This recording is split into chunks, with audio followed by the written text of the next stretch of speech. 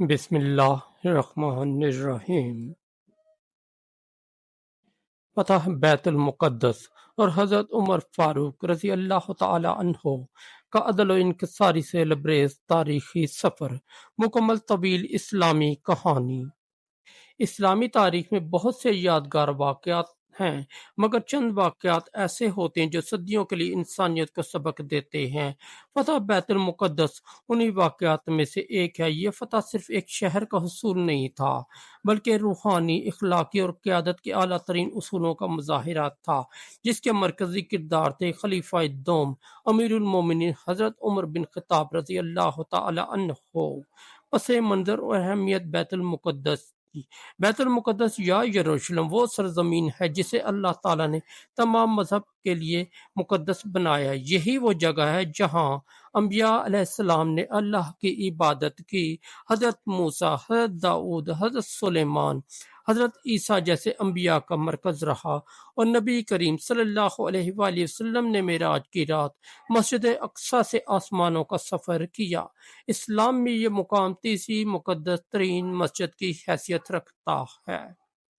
اسلامی لشکر کی پیش قدمی حضرت ابو عبیدہ بن جراح، حضرت خالد بن ولید، حضرت عمرو بن العاص اور دیگر صحابہ کی قیادت میں مسلمانوں نے شام کے اکثر علاقے فتح کیے۔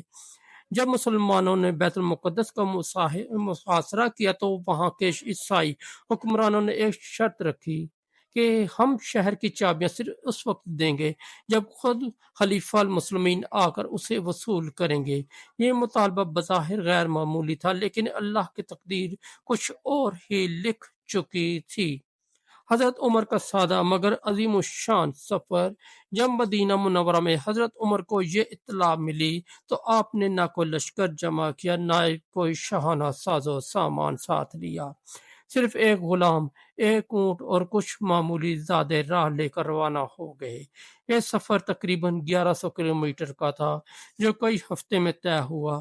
اس سفر کے دوران حضرت عمر رضی اللہ تعالیٰ عنہ اور غلام باری باری اونٹ پر سوار ہوتے۔ روایت ہے کہ جب بیت المقدس قریب آئے تو اونٹ پر سوار ہونے کی باری غلام کی تھی، اور حضرت عمر ننگے پاؤں، ہاتھ میں اونٹ کے لگام پڑے، مٹی آلود کپڑوں کے ساتھ شہر میں داخل ہوئے۔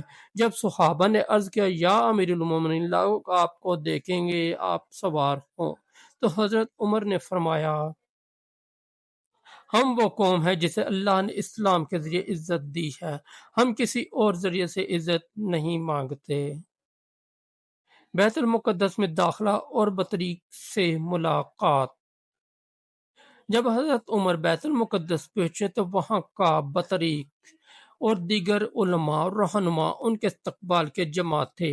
انہوں نے سوچا کہ ایک عظیم بادشاہ آئے گا جس کے ساتھ گھڑ سوار، فوجی، جھنڈے، خدام اور ساز و سامان ہوگا، مگر جب انہوں نے ایک سادہ لباس، غبار آلود چہرے اور عاجزی سے چلتے ہوئے ایک شخص کو دیکھا تو حیران رہ گئے۔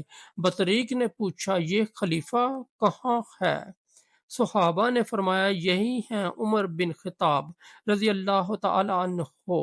بطریق کی آنکھیں حیرت سے پھیل گئیں۔ ایسا سادہ خلیفہ جو دنیاوی شان و شوکت سے یکسر بے نیاز ہو، یہی اسلام کی طاقت تھی۔ دلوں پر حکومت کا راز تلوار سے نہیں بلکہ عدل اور تقوی سے آتا ہے۔ چرچ میں نماز کا واقعہ۔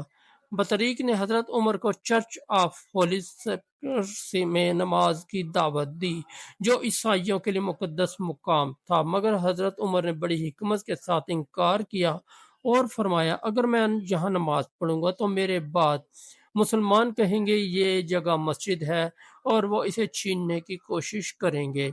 اس کے بجائے آپ نے چرچ سے باہر ایک مقام پر نماز ادا کی۔ بعد میں اسی جگہ پر مسجد عمر تعمیر کی گئی۔ یہ تھا حضرت عمر کا عدل، فراست اور دور اندیشی کا عظیم نمونہ۔ عہد نامہ عمر، انسانیت کی معراج۔